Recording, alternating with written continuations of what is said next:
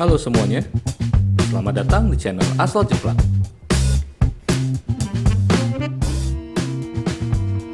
Bagi kamu yang baru memulai jasa pembuatan website, web design, dan ataupun yang sedang belajar mengenai jaringan, pasti akan cukup sering bertemu dengan istilah yang disebut dengan web hosting. Apa itu web hosting? Apakah sejenis makanan? Web hosting adalah suatu layanan yang gunanya adalah untuk menyimpan data-data yang diperlukan untuk suatu website di dalam suatu server. Baik itu server yang kita sewa dari pihak ketiga ataupun server yang kita miliki sendiri. Server tersebut kemudian akan terkoneksi dengan internet menggunakan suatu alamat IP public. Apabila kamu menyewa server dari pihak ketiga, nantinya kamu akan diberikan akses remote untuk bisa mengakses server tersebut dari jarak jauh dengan menggunakan internet. Jasa menyewakan ruang harddisk atau server itulah yang disebut dengan web hosting. Jenis-jenis hosting yang umumnya ditawarkan oleh penyedia web hosting antara lain seperti hosting gratis, shared hosting, reseller hosting, VPS, cloud hosting, colocation, dan juga dedicated.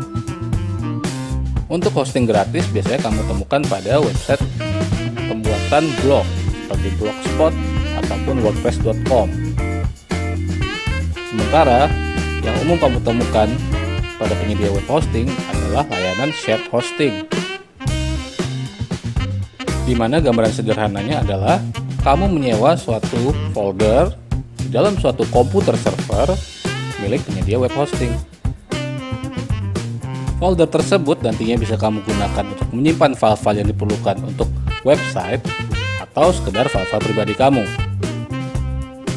Kekurangan dari web hosting jenis shared hosting adalah kamu hanya menyewa satu folder di dalam satu komputer server, di mana nantinya di dalam satu komputer server tersebut akan terdiri dari bermacam-macam folder milik beberapa orang dan beberapa pelanggan lainnya, sehingga kamu akan berbagi sumber daya seperti RAM, CPU, dan juga bandwidth internet dari komputer server tersebut. Sehingga apabila kamu menyimpan website, itu akan mempengaruhi performa seperti cepat atau lambatnya website tersebut diakses melalui internet. Kelebihannya, meskipun tidak gratis, paket shared hosting yang ditawarkan oleh penyedia web hosting umumnya memiliki harga yang lebih murah dibanding paket-paket lainnya. Yang kedua adalah reseller hosting. Reseller hosting biasanya digunakan untuk kamu yang ingin memulai bisnis web hosting sendiri tanpa perlu mengeluarkan biaya untuk menyewa server atau membeli server sendiri. Apabila tadi pada shared hosting kamu menyewa suatu folder, anggaplah pada reseller hosting ini kamu menyewa satu drive, misalnya drive C, drive D, seperti itu. Dan di dalamnya nanti kamu akan bisa membuat folder-folder lainnya yang bisa kamu sewakan sebagai paket shared hosting kepada pelanggan-pelanggan. Kekurangan dari reseller hosting tidak terlalu jauh berbeda dari shared hosting, karena pada dasarnya satu komputer server tetap terbagi-bagi menjadi beberapa drive dan kamu hanya menyewa salah satu drive di dalam satu komputer server tersebut. Hanya saja pada reseller hosting, umumnya komputer server yang digunakan memiliki sumber daya yang lebih besar.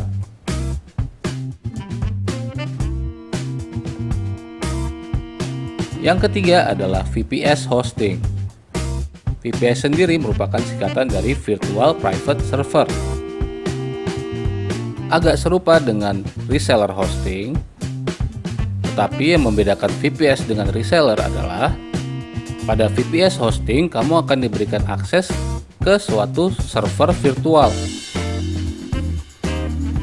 Paket VPS hosting ini biasanya untuk kamu yang ingin belajar mengelola server tanpa perlu membeli server fisik. Sehingga hal inilah membedakan paket VPS hosting dengan reseller hosting. Karena pada reseller hosting kamu tidak akan diberikan akses untuk mengelola server, tapi hanya akses untuk membuat folder baru untuk klien kamu.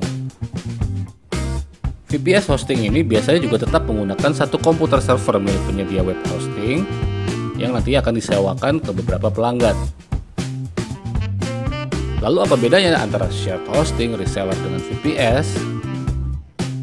Perbedaan paling mendasar adalah jatah pelanggan yang akan diterima oleh penyedia web hosting pada satu komputer server untuk masing-masing jenis hosting tersebut. Pada shared hosting, penyedia web hosting akan menerima banyak pelanggan, dan pada reseller akan lebih sedikit, kemudian pada VPS tentunya akan sangat terbatas. Tapi umumnya untuk penyedia web hosting yang berani menyediakan layanan hingga VPS dan juga membuka reseller, mereka memiliki server-server yang sangat banyak sehingga bisa menjual paket-paket tersebut tanpa ada kendala. Selanjutnya adalah cloud hosting. Apa itu cloud hosting? Pada cloud hosting, biasanya penyedia web hosting memiliki beberapa jaringan komputer server yang digabungkan menjadi satu server.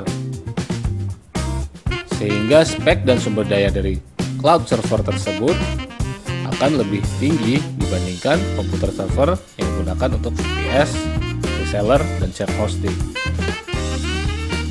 Beberapa kekurangan yang kemungkinan akan terjadi pada cloud hosting adalah dikarenakan terhubungnya beberapa server-server tersebut dalam satu jaringan, dan biasanya server-server tersebut tersebar ke beberapa lokasi di penjuru dunia. Tentunya, apabila ada kerusakan pada jaringan tersebut, akan membutuhkan waktu lebih lama untuk memperbaikinya dibandingkan pada satu komputer server saja. Kekhawatiran lainnya pada cloud hosting adalah pada fitur keamanan. Karena masing-masing server terhubung dalam satu jaringan, apabila ada celah dalam jaringan-jaringan tersebut, tentunya akan mengakibatkan keamanan data milikmu terancam. Kemudian jenis hosting lainnya adalah colocation dan juga dedicated. Kedua jenis ini penjelasannya sederhana saja. Pada colocation, kamu menitipkan server milikmu ke tempat penyedia web hosting. Sementara pada dedicated, kamu menyewa satu server atau satu komputer server milik penyedia web hosting. Sehingga kedua paket ini biasanya dijual dengan harga yang lebih mahal. Beberapa istilah yang perlu kamu pahami dalam memilih web hosting yang tepat antara lain seperti disk space, yaitu kapasitas hard disk yang akan disewakan.